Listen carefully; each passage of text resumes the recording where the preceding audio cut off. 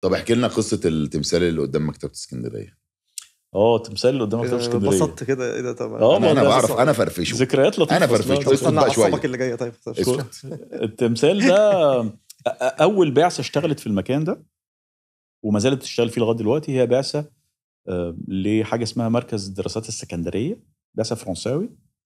وكان رئيس البعثه دي ايامها احد العلماء الفطاحل في مجال الاثار اسمه جوني فان برور. وكنا كلنا لسه صغيرين يعني، انا كنت صغير وهو صغير وكده. وانا بدات اتعامل مع البعثه دي او اختص معاهم وانا لسه داخل سنه اولى اداب، اولى اثار يعني، بس كنت بختص من زمان. فعرضت عليهم ان انا انزل معاهم في الموقع يعني. الموقع ده معروف من الستينات ان في اثار تحت الماء خلاص يعني، في بعثات يعني، في يعني تقارير عن ان في اثار تحت الماء وانها اثار فنار اسكندريه القديم معروف يعني. بس ايه فين ما نعرفش. في خريطه قديمه عملها واحد مصري مشهور جدا اسمه كامل ابو السعدات. كامل ابو السعدات كان صياد وبتاع وغاوي غطس، ونزل في الحته دي في الستينات وعمل خريطه بايده كده كاتب فيها تمثال معبد مش عارف ايه. ففي لكن ايه ما نعرفش. فانا في ابريل 24 سنه 1994 في ابريل بدانا الشغل في المكان ده، بدات البعثه في المكان. ما كانش في مصريين غير انا واثنين ثلاثه يعني.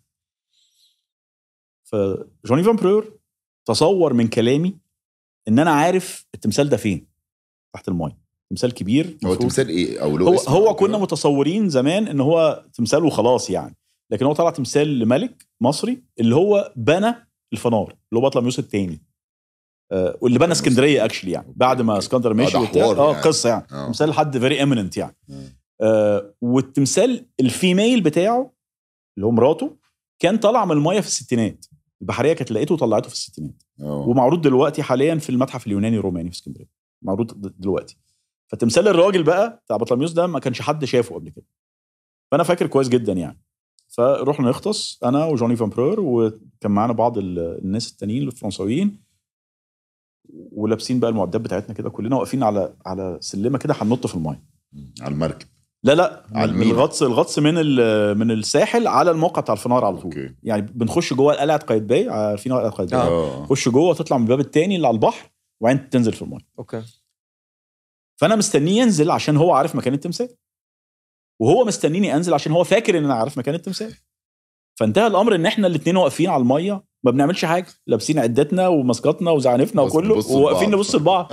فبقول له يعني ايه الدنيا ايه؟ قال لي ايه انت مش انت اللي عارف المكان؟ قلت له مين؟ انت اللي على اليمين. قال لي مش انت قلت لي انت بتغطس؟ قلت له ايوه يا عم انا بغطس بس ما اعرفش المكان ده. قال لي طب يلا بقى زقنا على الله. فنطينا في الميه انا وجوني فان برور، وكان معانا 2 فرنساويين. لقيتوا التمثال مستنيكوا بقى؟ لا حقيقي يعني بعد مثلا 20 متر لقينا التمثال فعلا نايم على جنبه كده. هو تمثال كبير طوله 6 متر، حاجه مهوله يعني، وزنه بتاع 40-50 طن، نايم على جنبه كده في الميه. فطبعا كانت لحظه يعني ايموشنال جدا يعني، تشوف حاجه عمرها 2000 سنه في الميه ما حدش شافها من 2000 سنه غيرك يعني. فدي كانت اهم. 20 متر ده مش بعيد يعني ولا؟ لا ده مفيش حاجه، ده تنزل من الميه بعد ما تخش كده في ميه عمقها 4 متر اساسا، ما حدش.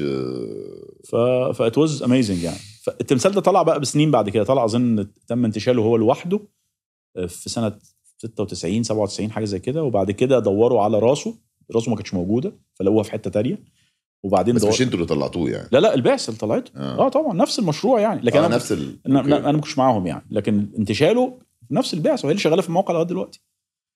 تمثال رجليه طلعت في وقت لاحق، طلعت في حته تانية، والتمثال دلوقتي كله مترمم ومتجمع قدام مكتبه اسكندريه. كتير جدا من اللي بيروح المكتبه ما يعرفوش قصه التمثال ده خالص، ولا ان هو طالع من الميه اصلا. شفته واحنا احنا انا وكريم رحنا عملنا محاضره في مكتبه اسكندريه. نايس. والله بجد. فين؟ لسه مستغرب الموضوع ده لحد دلوقتي. لحظه يعني فخر. امتى رحت؟ من شهرين. ده قريب.